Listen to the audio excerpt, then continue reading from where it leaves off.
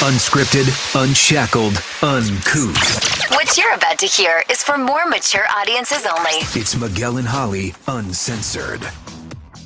Hello and welcome to Miguel and Holly Uncensored. It is our off-air podcast that we do 3 times a week on Mondays, Wednesdays, and Fridays. We stream it live on the Miguel and Holly and the Hits 961 Facebook page, also on the Miguel and Holly YouTube channel. You can always... A lot of people like watching it there. Yeah, shout out to Laura Top Live, who we mentioned last week, who likes to watch it on our big old faces on the TV. Thank you so much. You can also leave a review wherever you listen to podcasts. We would greatly appreciate it. Before we get to an awkward topic that we were talking about off the air, that we're going to bring on the air, we did mention on Friday's podcast that shout out to our old coworker, Danny B, who suggested that we do 50 Shades of Chicken, a bit we used to do in Tampa, on the podcast. And so we said, let's just throw it out there. Let's see. Ready to see some of the comments that you all texted in? Please. Holly, why do you have pursed lips? I don't know. I have thoughts. Go ahead. Okay. I got a message. Sorry, quick little juicy tidbit. I got a message from Jason, and he was like, "Man, they got to get you on doing 50 Shades of Chicken." Who's Jason? Jason Hole. Oh, like listens to the podcast. Yes. Jason. Jason Hall. Okay, got it. And so he sends me a message about 50 Shades of Chicken, and I feel like sometimes Tampa fam thinks that I was there with you guys in Tampa sometimes, so they like mix it. Probably an easy mistake to make. Yes, and I'm like, I think I maybe saw 10 seconds of it one time. Like, I have no idea what you're talking about. I don't know what this 50 Shades of Chicken is. It's so something else. Someone said bring chicken back. Bring back 50 Shades of Chicken to the podcast. 50 Shades of Chicken had its moment. Let it go. Okay. Amy Gordon said, yes, bring back the 50 Shades of Chicken. Zinda said, you should bring back 50 Shades of Chicken on the podcast. If enough people like it, then maybe bring it to the show. It is what kept us sane during the pandemic. Have a fantastic weekend. Zinda, someone from 630 says in a soft-spoken, sensual way, this is such a grand butterball idea to do 50 Shades of Chicken on the podcast. Please do it. We need it. We want it. We gotta have it back. Translates to a hearty yes from me. And then the person who won the Would You Rather, Wendolyn, she texted us back from the voicemail we left. Hey. And then we have some more people saying, yes, absolutely. I'm excited about it. And then there's one more person that said, I was never a huge 50 Shades of Chicken fan, but I also realized that I might not be your target because I'm 55, live in Tampa, and been listening to your show for about 8 or 9 years. Love you guys. So I feel like the majority, 95% from this quick little poll, seems like they are about it. And then a few people that are like, hey, it wasn't my thing, but go ahead if it brings people joy. Yeah. Not trying to take away the light from 50 Shades of Chicken, but I wish we did headphone karaoke. Like, that was a game that I saw from Miami, you guys doing, which I thought was so fun. I mean, obviously, if we had to bring one thing back, I'd rather bring that back. I don't know. Like, I have an unpopular opinion about 50 Shades of Chicken. I don't say it. I really don't understand how people love it so much. And I know I'm talking to you, the people that love it. So I guess help me understand. Because I saw that one person that was like, it had its moment, let it go. Right. And I didn't take that in a bad way. And I certainly don't dislike it, but I don't love it. And I was just like, this is weird. We're talking about sexy chicken. And so it could be the thing where Miguel thinks food is sexual and I do not. So we could be running into that crossroads. But I feel a little bit like it did sort of have its moment. And Zenda, obviously, you know, we're right on the same page with a lot of different stuff. Zenda's one of our podcast Platypus Posse fam. Like, Zenda said, it got us through the pandemic. Does it belong in that era? There's just a lot that I question. But like, if everyone is on board, clearly, that texted in anyway, that cares enough to be on board. Right. Then I'll do it. Certainly. I'll bust out Miss Hen. But I've never quite gotten it, and I felt like I'm just gonna shut my mouth about it, but I didn't get it. So sorry. That's all right. That. I have always liked it and thought it was interesting because it was just something different that sticks out on the radio. Because I appreciate it for that. Right, because you have this. And so if you're new to the podcast, 50 Shades of Chicken, it's a recipe book that it's literally just a bunch of different chicken recipes, but with each recipe, there is a storyline throughout this whole cookbook that basically replicates 50 Shades of Grey. So you have the chicken, Miss Hen, and then you have the cook, Mr. Blades, the chef, who is like being sexy with this chicken almost, but it's very like tongue in cheek. It is. It's tongue in cheek. It's very avant-garde. I don't know what it is, but it's like this chef is making S&M dirty naughty lovin' to this rotisserie chicken. So that's the part where I'm just like, y'all, what are we doing? It's that 13-year-old humor. But also, like, I appreciate it for what it was. It was an amazing save too, because we had nothing else to do. I just wanted to share my Again, don't dislike it. I guess I just wanted to share my confusion about it because I felt like I was being a bit of a sham. Well, I also think too, for radio people, when you do stuff like that, it puts us in a different light. And just hearing us, read things in a sexy way, because I'm really awful at it. And then Holly, you knock it out of the park every time. And it's almost like a little uncomfortable, but funny at the same time. And so I think it has lots of different, and then it's just fucking weird because it's this man with a chicken and you're like, what the hell is happening right now? Why are you talking about why you want a butterfly? What? Yeah. Well, we'll do it once. Plus, I just want to see Kelbin's take. I also would like to see, because Kelbin, you realize you're going to be Mr. Blades. You are the Christian Grey. Yes. Oh. Yeah. In question. I'm just the narrator that goes, between the lines, and then Holly's Miss Hen. Like, Miguel's just like, he said, like, that's it. And you have to. Should I be British again? Yeah. I don't know, but I love the British. Oh, you do that. British. Yeah, do like a little spin for it. So, okay, in the new year, we're gonna bring it back. We're gonna try it just to see. Why not? And then I am hoping to do headphone karaoke at some point. At some point. Yeah, we'll see when. Let's see. All right. So, Kelbin, you were in New York this I was weekend. in New York. How was it? It was so much fun, man. I loved having a nice little getaway. The city is just so, I don't know what to describe it. There's just an energy to New York that it's just alive. It's thrilling. It never stops. There's no quiet. I love it. No, yeah. I love it. It's chaotic. My friend does live in the Upper West Side. Now, for those who don't know, that's more like the suburban. Oh, you fancy a little bit Upper West Side. So it was calm. I wasn't around the noise or anything like that. So maybe I had a different experience compared to somebody that maybe stays in the heart of Manhattan, right? But the first day was really, really long. I met him up at his job. He works at Google. And I got to see the campus, and it was so cool. Like multiple levels. We were going through all the really cool stuff, like the napping pods. They have multiple napping pods. Oh my gosh, that sounds amazing. They have also like theater looking rooms as well, where it's also a bunch of couches everywhere where you get to relax and put on your music if you want, or stream a movie in a big old screen. Then he took me up. I don't know where we went. We were going through multiple floors. But they have beautiful terraces where you get to see the whole city and you get to work out there. The kitchen has bougie restaurants that there's just workers there that make them food right then and there.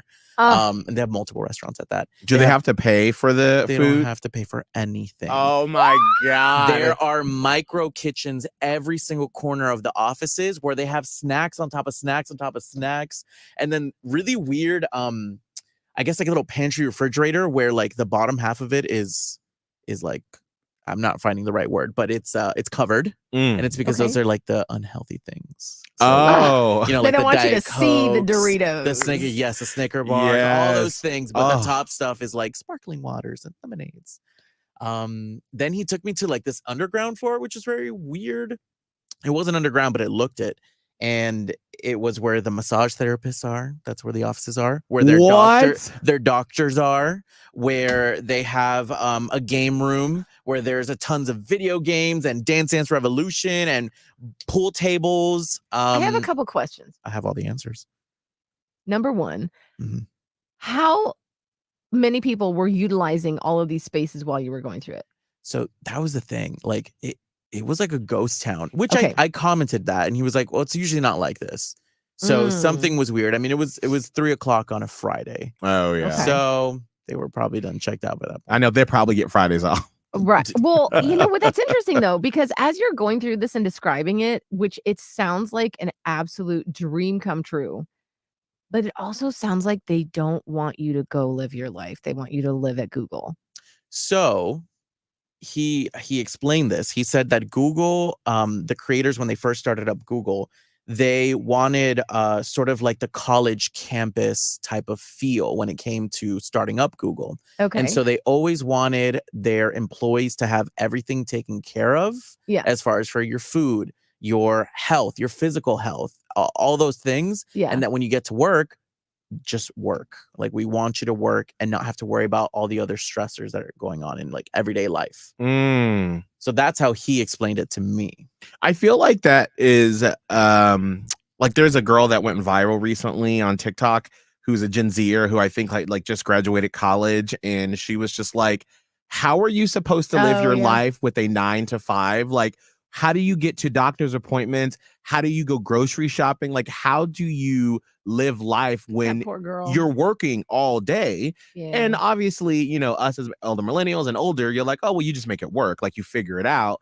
But it is a little jarring at first because you're like, how do I do all of this while I'm also supposed to just be working the entire time? And so I think that is a cool thing to have those services available to you, because if you are giving your life to this company like Google looks like they want you to, right, they're like if you are, then they should do that. Right. They're like, all right, well, you don't have to like schedule a doctor and then try to figure out how to take your lunch break off. But then if it goes long because it's a doctor's office, then you're screwed. So, I mean, I think in those instances, that's a really cool thing if they do and let you enjoy yourself outside of work. Mm-hmm. Yeah, it was so cool. The pods are really cool. People working out in like these really weird designed little cubbies, and they were comfy and cozy. I don't know. It was so awesome.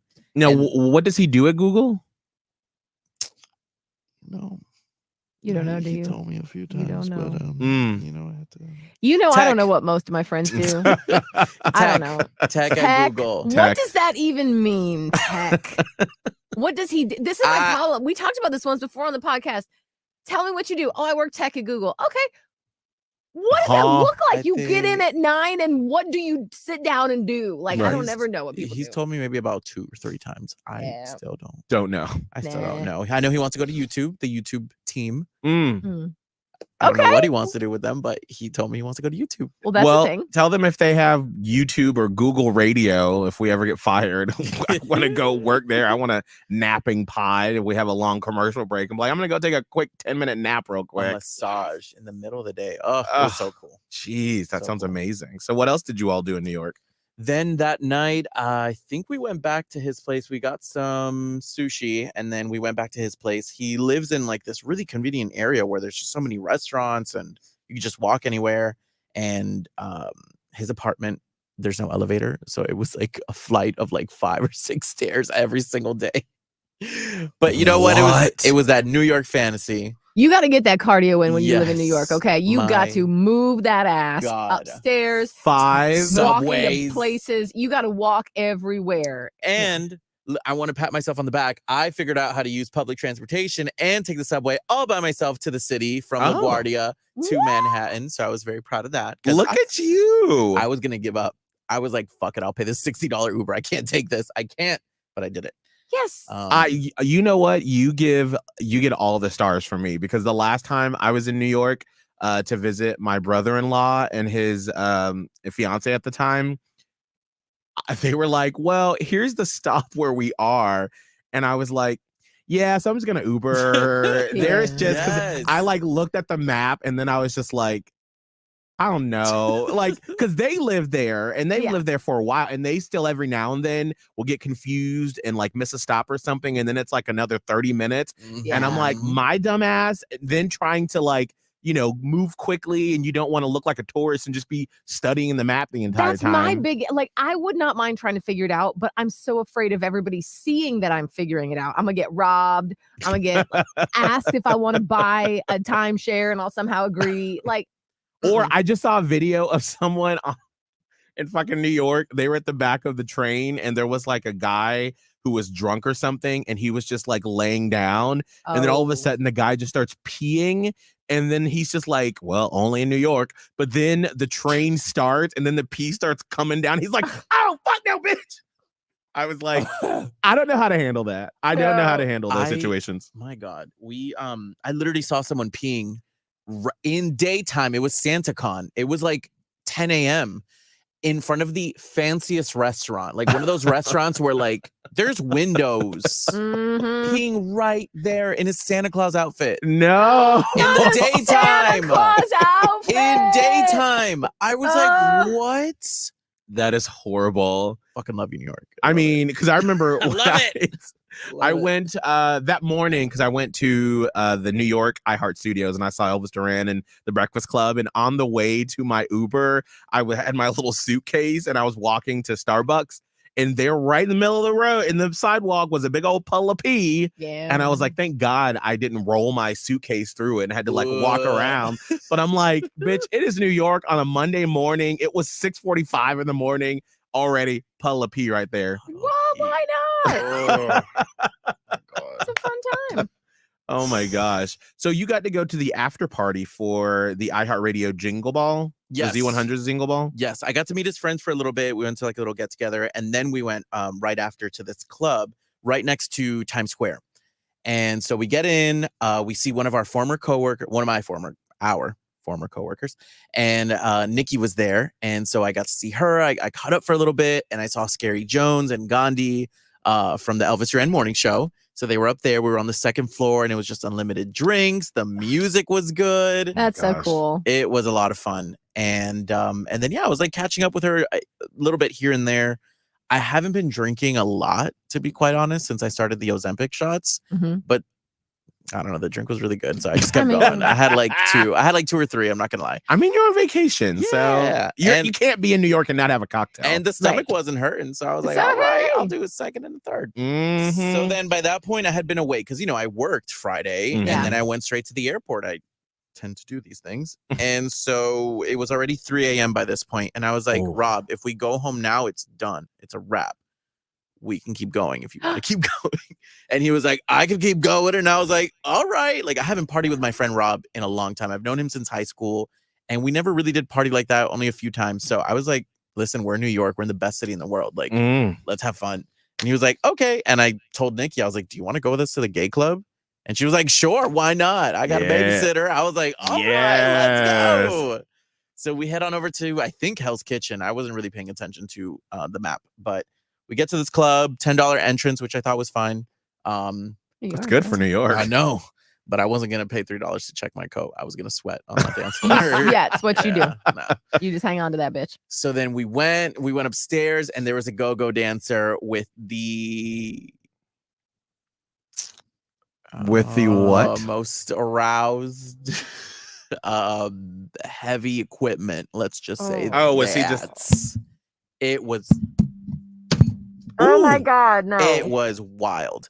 And I was shocked. Like, don't get me wrong. I've been to the clubs and this has happened before and like, whatever. It's nothing wild to me, but I just forget sometimes. Like, it's been a minute since I've seen that. And I was like, wow, it is not flopping anytime soon.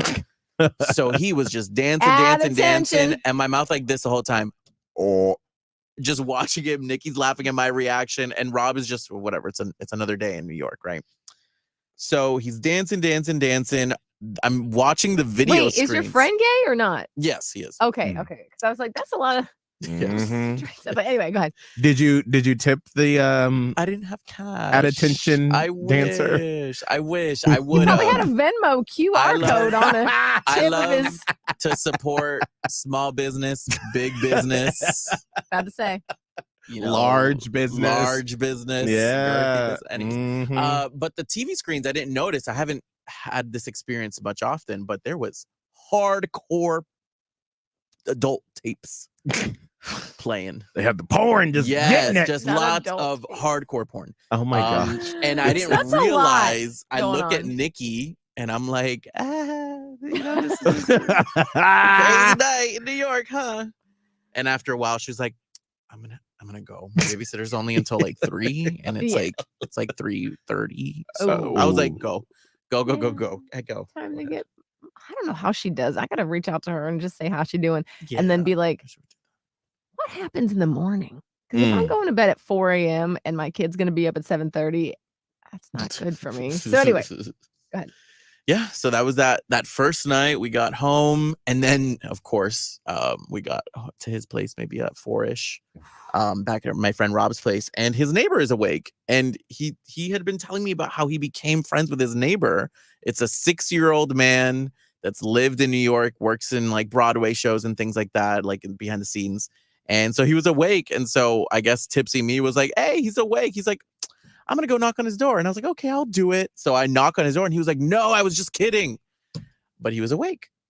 Oh my gosh. So y'all having conversations with his neighbor at 4 o'clock in the Just morning? Conversing with this neighbor. He was like, he's very much a stoner. So, offered a few things here and there, got to know him a little bit. And he was just a sweet old man. And we just chatted for a little bit. I think I fell asleep by like 5 or so. Oh my Good gosh. God. So you were up for 24 hours. Yes. Yeah. At least I remember counting. It was like about to hit 24, I think. More or less. I don't think we had made it, but I think I was awake for the full 24 hours. Yes. Good Oh Lord. my gosh. How late did you sleep then on Saturday? I think we got up at 10:30, 11. My Lord, you are living the New York experience. Yes. Holy crap. So what else did y'all do? What were the highlights for the rest of the weekend? The day after, I got my bagel sandwich. It was so good, so worth the wait. And I can't really remember. I know we went to the Whitney Museum. We walked around. What? Not a Whitney Houston. It's one of those modern art ones. Oh, Yeah, I know. I was like, what? I didn't know this was. Didn't tell Miguel. I know. I was like, girl, we're about to change up some of these holiday plans to go to the Whitney Houston Museum. I know. I wanted to do this thing called the Summit. It's in one of those tall buildings, and they have these like silver balloons that float, and I wanted that Instagram photo.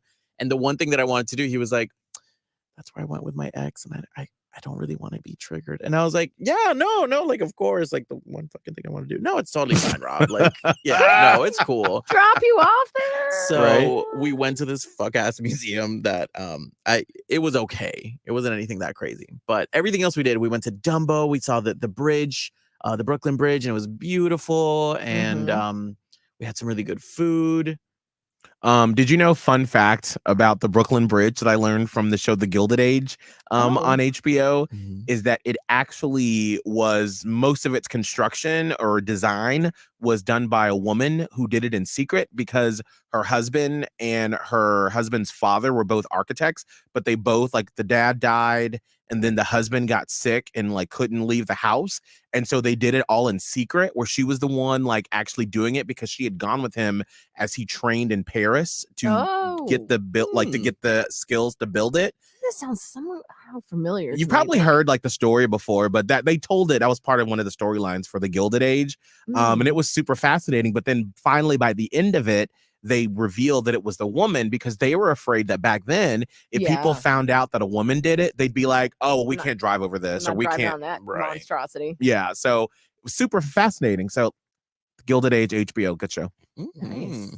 Yeah. And Saturday night, we ended up going to this Mediterranean restaurant. It was so good. And I think by that point, it was a long day, like a really long day. And he was like, look, let's do this. Let's go shower, relax a little bit. I wanted him to watch Scream 6 because it was in New York and he hadn't seen it yet. And he was like, let's watch the movie and then we can go to a cocktail bar after and like, let's be social. Let's meet people. And I was like, yes, absolutely. Let's do that.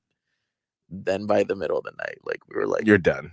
I already was falling asleep. And I was like, let's just wake up early and go to Central Park tomorrow. And he was like, yes, perfect. So we played. That's better. We played Switch. We watched the movie. It was a great night.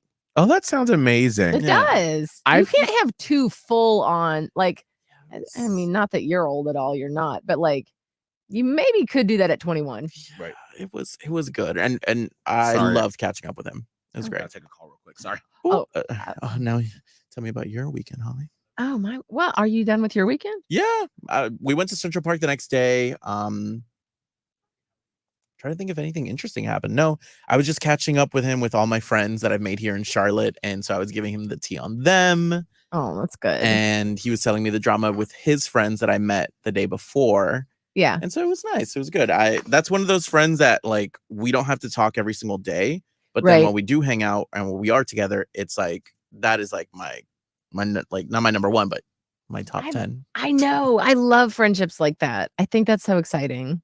That's why this few times that I've been to New York City, most of them have been to visit like a friend where, you know, she takes you through this whirlwind. Cause like the friend that lives in New York lives in chaos. Not that their life is chaos, but they know how to navigate it. And like me as a person that is not appreciative of chaotic environments, like she would just kind of like guide me through it. It's just fun. It's just like you're in a whirlwind when you're there. So I'm just glad you went. Yeah, I had it wasn't a weird conversation with Oscar, but he did bring it up. He was like, "You look like you were having so much fun. Like, did any part of you ever feel like, man, what would your life be like if you did the whole New York thing?" And I said, "Yeah, of course that thought ran through my mind, but that's a different timeline. That's like a different multiverse. Like, that's different. That's not what I'm living now." And it could happen at any moment too. I was gonna say, would you want it to happen? Or are you like, I like my trajectory. And by the way, speaking, since this is Oscar asking this, would he be interested in that timeline? So many of these conversations were happening. Like Rob asking me that because of course he wants me to move there. And then when I came back, I was like, well, Oscar, how would you feel about, you know, living in New York? And he's like, well, I'd have to be comfortable. Like we'd have to be in a 2-bedroom. And I was like, $4,000 a month? You can't. There's 2-bedroom? Ain't nobody living in a 2-bedroom. Correct. Girl. And what am I gonna do? Haul my big ass 75-pound dog in a 1-bedroom shoebox? So there's a lot of too many puzzle pieces for that even to be a topic of conversation. But New York is awesome, and I think I would have an incredible time there. But I feel like New York is a young person's game if you want to like rough it and just do the whole like shoebox, the like, you know, walking up and down 20 flights of stairs to your apartment with no windows, no nothing. Yeah. But I feel like once you get past a certain age, it's like if you're going to do the New York thing, you need to be making a lot of money to live comfortably. Yeah. Because that's just like I'm past that point now in my life that I could live in New York and just let's figure it out. Like, let's just see. I'm like, no, bitch. I need space. There ain't no way. You would have to be making a lot of money. You just would. I guess. Yeah, you're right. Because it's one or the other. You either make a whole lot of money. When we say a lot, like, I mean, we're talking like $1 million plus dollars, probably. I don't know. In order to like live comfortably, like Oscar's saying. Right. Or you just commit to, we're in it. We're in the wild right now, right? Which has its merits, like your friend. Like it's an amazing life. Yeah, we'll see. Well, sounds great. Before we go, Holly, we were talking behind the scenes earlier. I'm trying to remember how this. Oh, we were talking about the one time that I took Holly to a place that had penises on the screen at a gay club. Yeah, it was a dark room. Yeah. It was the Flamingo Resort on St. Pete Beach, Treasure Island, back in the day in Florida, and we took Holly there one time. I was pretty drunk, but I was like, oh boy, they're junk on the wall on these screens. It's a lot of penises right now. That's a lot. He took her through a dark room. Yeah, I mean, it was like, was it Pride? I was like, yes, it was Pride, and I was like, oh. I'm here for the queers. Yes. I've got my drink and my rainbow on. on. And then I Let's just do probably it." was like, Holly, you gotta come through it. And I was like, was it Cam? Was Cam with us? I don't know who it was. Of course, I was like, yeah, I've heard about this. I don't know. Let's see. And then you get in, and of course, just so you know, when you party with Miguel knows everybody, goes everywhere else. And so then I don't even remember being with Miguel necessarily, but I do remember a lot of dicks. And I was like, Save oh, that. oh boy. Oh, it just keeps going. This is a lot. Yeah. Still going. Where's the exit for this? Anyway. But then you mentioned that there was a room Yes. or something when you were in college, the frat house, or what was it? Yes, I swear we've talked about this on a podcast before. Because I don't remember. I know pretty much every one of your stories. And when you said this, I was like, are you sure? I don't think I've heard this before. This is a new one. Ooh, well. Look, come let on, me- girl. Post that, honey. We got a new Holly story, I heard. Most people don't get that unless you just meet me. So this is a big deal. I swear I've talked about this before. I know midway he's gonna be like, oh, that's right. Yes, I guarantee it. Like, if you are a Platypus Posse member or listener and you're like, yes, you told a story, let me know, because I feel like I did, but maybe I have not. I told Miguel, I was like, well, because we're talking about this room of penises on the wall and Kelbin's adventures in New York with this go-go dancer and there's penises everywhere. Well, I was like, well, that reminds me of the masturbatorium. What? I love it. You know. Where do I And get he's a like, ticket? No. So, okay. When I was in college and I was a freshman, there was a fraternity house off campus who they had, it was a big old house because it was like, Northwest Ohio.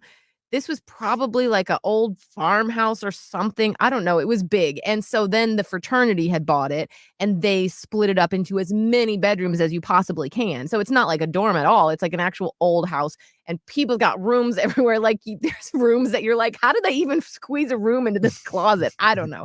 So it's all old and there's like multiple levels, floors, and there's weird rooms everywhere, bathrooms, kitchens, wherever. And it was very chaotic. I remember when I first used to go there, but the guy that I had the biggest crush on, who ultimately ended up becoming my boyfriend, who ultimately became the president of that fraternity, by the way.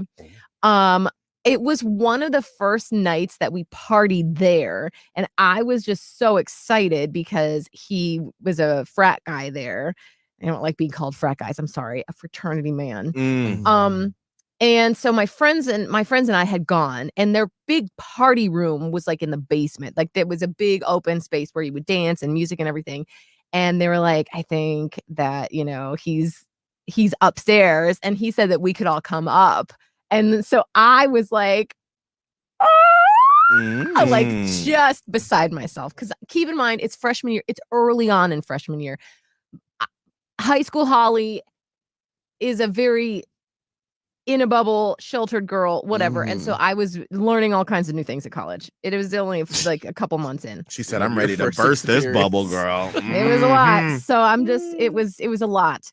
And we go upstairs, and I'm pretty sure my friend was with me too. And so he's there, and I was just like absolutely over the moon, like fawning over this guy that I thought was the hottest guy I had ever seen in my entire life, and somehow was interested a little bit in talking to me. And so we're sitting on couches. I'm wasted.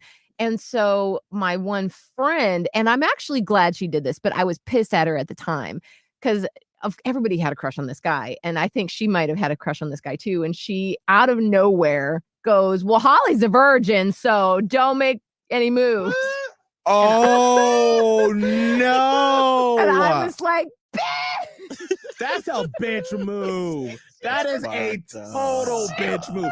You cannot out someone out like that. Oh, she was a bitch, but I love her. But she knows, and I know. We all know. So she's the most lovable bitch, but she a bitch. And sometimes you just want to be like, she said eliminated right then and there. She said, I'm going to elbow your ass out the way so I can get to this man. No, I'm pretty sure she did. It's fine. I just love her. She's a bitch, but I love her. But also now looking back, I'm actually really glad she did that because especially on that night, I did not need to be getting into anything that was about to get too crazy. was not about to lose my V card in this situation. And some other brother was like, oh, because it's late. I'm drunk. They're like, did you take those girls into the masturbatorium? And I'm like, the what? I was still like, didn't know what they were even talking about. I didn't understand. The connections were not happening. Off of this some bedroom, there was, I think it must have been a closet, and it was up near the very roof of the house, like in the attic area. There's a bedroom, and they had a closet that was like very small, obviously, like a small walk-in closet. And the ceiling of the room was slanted down. So it's like the wall, but then there's the slant and the floor and in. So it's pretty cozy. It had some bean bags in it, and it's dark in there. I'm like, where are we going? What is in this room? Nah. They flipped the light on, and it was only naked women and sex scenes. And it was, keep in mind, y'all, this is the year 2000, in the year of our Lord. It's just like magazine images of like fully like nude, spread eagle, dicks and things going in places. I mean, every square inch of this entire room was covered in like stapled up, pasted up pictures. Oh my God. And then it was there like so traumatic that I don't even really remember exactly what it looked like, because I can't call it to memory other than the shape of the room. But I know that's what all was the entire ceiling that slanted, the wall, every fucking thing was just porn. Oh my gosh. I thought gay men were gross. Holy crap. And what was the point of this room? Like, to go in and alone have personal by time. yourself or with the I don't know, brothers? because you know what happened? No, not with the brothers. Although, I mean, who knows? Call it a circle back in my day. Right? Like, yeah. I'm sure maybe there were some down low brothers that were maybe getting it in there. But I mean, it was like mostly women images and like dudes with women. It wasn't like gay porn. It was straight porn. I had the most visceral reaction to this, like when that light flipped on, and I can't imagine. I was just like I was so horrified. Like, I didn't know what was about to happen. I didn't know why I had ended up in this room, and it felt like every bad choice that I had ever made in my life was the outcome. And I was just like, get me out of this room. Get me out. Because that sounds like the beginning of some awful, horrible teen movie where it's like they're gonna trap you in there. I know. It was terrible. Oh no. And it was so scary. So again, after that, I like I said, I went on to date that guy, and we dated for quite a while.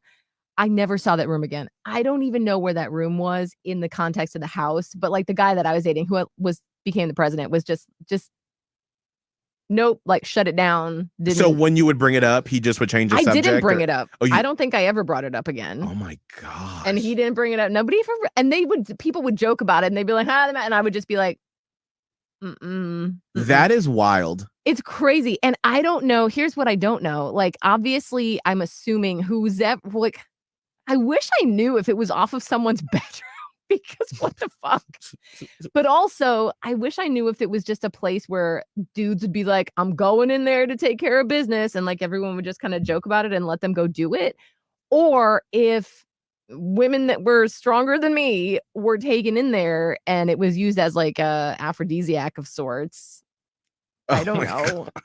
I don't know, y'all. I don't know. Sounds gets you in the mood. Like the creepiest, like after school special type room. I know, and I feel smelled. bad. Like Did it smell? It probably the whole house smelled. I mean, let's be honest. Okay. I feel bad because like this fraternity was one of the kindest, nicest dudes on the campus. Like they were the outcast fraternity a little bit. Like, you know, it was. And they were by no means like there was one fraternity that were known for being like, they were all pretty hot, but they were all also very like sleazy and kind of mean and like whatever. These weren't those guys. Like most of these guys were just really nice dudes. But I'm like, who did that? And I almost want to, because one of the guys every now and then he's a sort of a friend long distance, and he'll message me every now and then with something just I don't know, funny or whatever. And I almost want to be like, can you tell me about this? I have a feeling like he would try to maybe downplay it without telling me that he's downplaying it. So I don't know if I would ever get a straight answer. Sounds like some problematic things were happening in that room. This was a lot of fraternities. I mean, this is problematic. The early 2000s. Man, I wish we were on the air to like throw out a topic. But if you're listening to the podcast, that story could not be on the air. No, that would have to be very sanitized. Like there were adult photos all on this room, and we couldn't even say the name of what it was called. Oh my God. Have I never told you that story? No, I have never heard that before. That is a brand new, fresh out the box story from Holly O'Connor. That's wild. Mm-hmm. Frat culture is crazy. The things that we don't know what they do behind closed doors. I know. I always, because there were a couple of friends of mine that are gay that were in a fraternity. And I've always been like, so did anything ever crazy happen? They're like, no. I'm like, tell me the truth. Tell me the truth. I don't think it's because I mean, I was in Greek life, y'all, and like nothing is as crazy as it's made out to be in the movies for the most part. Like by and large, not a whole lot of insane shit is going on. Is there some insane shit? Yes. Mm-hmm. Yes, I have a few, like the masturbatorium. Like I could tell you keynote stories like that one, and a couple others from like parties that our sorority threw with another fraternity. Like there's some, but like I don't know about any circumstances where, you know, like really heinous shit was going on. It was all just like, it kind of just seems like quote unquote typical college stuff. I was also at a small university, so my experience might be very different than someone who went to like a huge party school. And I wonder like if people were in a fraternity or sorority in my college, Georgia Southern University, because that's a pretty big, I mean, like I don't know if I would be able to get into Georgia Southern University now because back in the day when I was going to school, like that was a school you went to if you didn't get into University of Georgia or Georgia Tech, then you would go to Georgia Southern because it was like easy to get into. Now, not the case. But because of that, it was known as the party school. But I was never in Greek life. But I just know like my little group of gay friends, like our senior year, the parties that we would have, like usually the drunkenness would start and then like it would be like gays and straight people and we have straight girls and stuff. And like one time, like one of them like pulled their boobs out and then like the gay guy was like making out with the straight girl because she was like, let's just kiss. And I was always just like, what the is going on right now? And yeah, there's all kind of like shenanigans that goes on. I mean, when I think back to that time and I'm like, we were all like 18, 19, 20, 21, like that's a recipe for disaster. Absolutely. Disaster. Making stupid decisions because you're a baby. Right. That doesn't even know how to make adult decisions. No. But you're kind of expected to. Like, there was one time that I don't even know all the context, but we had piled up into the back of somebody's pickup truck, and we're literally all holding like open containers. And this pickup truck starts going down the street, and the police lights come on out, and they're like, "There are entirely too many people in the back of that truck. Get out and walk to where you're going." And we were like, "There's too many people in the back of the truck." It's because you don't know when you're 20 and 21 and 22. You're just being silly. You're wild. Just wild. It's a bunch of silly gooses running around doing silly business. Right. Amok. Yes. Because I just remember like my college friends at every party, like the straight girls would end up leaving and then it would just be the gay guys. And then like there would be some sort of, ooh, let's play this game. Yes. And then people would start making out. And then people would like go to different rooms. Or like my senior year, we all lived in this one apartment complex, the Woodlands. And so then like they would go to someone's apartment to do it, to another apartment to do it. And then I'd always just be like, well, just me. But then I'd be like, let me go see if people are awake. And then you could hear them doing it because the walls were so thin and you could in the doors and stuff. And I'd be like, well, looks like they're getting it on. Let me go to Arby's down the street and get Arby's. Oh, not the Arby's. I do or love Quiznos. Arby's. We didn't have anything but a Hardee's back then. That's it. Oh, And by the way, what a stupid idea, because Hardee's burgers are like $9 even back then. And the only thing that any one of us in that college town could get was a 99-cent spicy chicken sandwich. And we did. That was the only thing that you could eat at Hardee's. You can't afford a burger at Hardee's. No. Dollar menu days. $4. I'd get medium fries, a McChicken, and a McDouble. Best time of my life. There you Man, I would go to Quiznos. I would go to McDonald's. Oh, that McDonald's down the street. That, talk about a disaster in a college town late night. It would just look like World War III happened inside of that place. Like it was just, and I always felt so bad for the workers there because just college students just being dumb, just treated them They like don't shit. care. They don't. No. It's a very selfish age, and it's supposed to be. But I'm just thinking about it now. I'm just like, Take me back. Yes, like equal Take it parts of back. me just wants to go have like a weekend in college, and the other part of the it's like, I can't believe you did some of that shit that you did. Yes. I mean, my college friends, I mean, we all still hang out. Like we're doing a cabin trip. But it's so funny because it's like we used to be able to just like drink all day, all night. And now we're like, all right, so who's making a nice salad for the dinner this night? And let's wear flannel for a little family photo for one morning.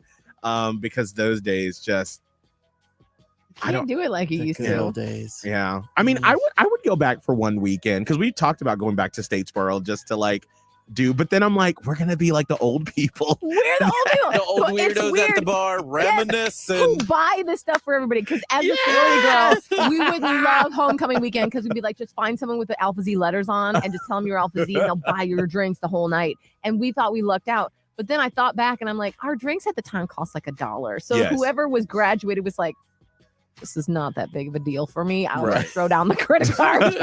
Maybe you might spend $100. So I don't mind. I'll be like the rich old lady that comes back and spends honey. $100 for my other girls. Like, you guys can get it. Yes. But I don't even know how they party in Ada, Ohio anymore. But it's my 20-year college reunion next year. Some friends are like, we need to go. And I'm like, I don't know. We'll see. You should go, Holly. You should go because you haven't been to any reunions. I haven't. You should 100% make that trek. Yes. You 100% should do that. Plan for Yeah. it. That would be a fun little for sad you. because it's gonna look, the whole campus looks different. Oh, but yeah. I would like to maybe do that. Yes. Come on, college weekend. Woo-hoo. Yes, we go I'm get Truly inspired. Holly out, girl. Let's Yeah, I go. might just want it. Yeah. Mhm. Book a trip. Hold on. All right, producer Kelbin, what is your social media? At Kelbin Live, TikTok, Twitter, Instagram. Find me. I'm not at 5,000 again. Oh. Oh, All right. Yeah. so you were, but now you're not. Yeah. Oh, Yeah. Mm. Nobody likes me. It's fine. All right. I get it. Sorry. It's cool. Holly, what's fine. your social Nobody media? likes me. Radio Holly on the gram and the X and whatever else.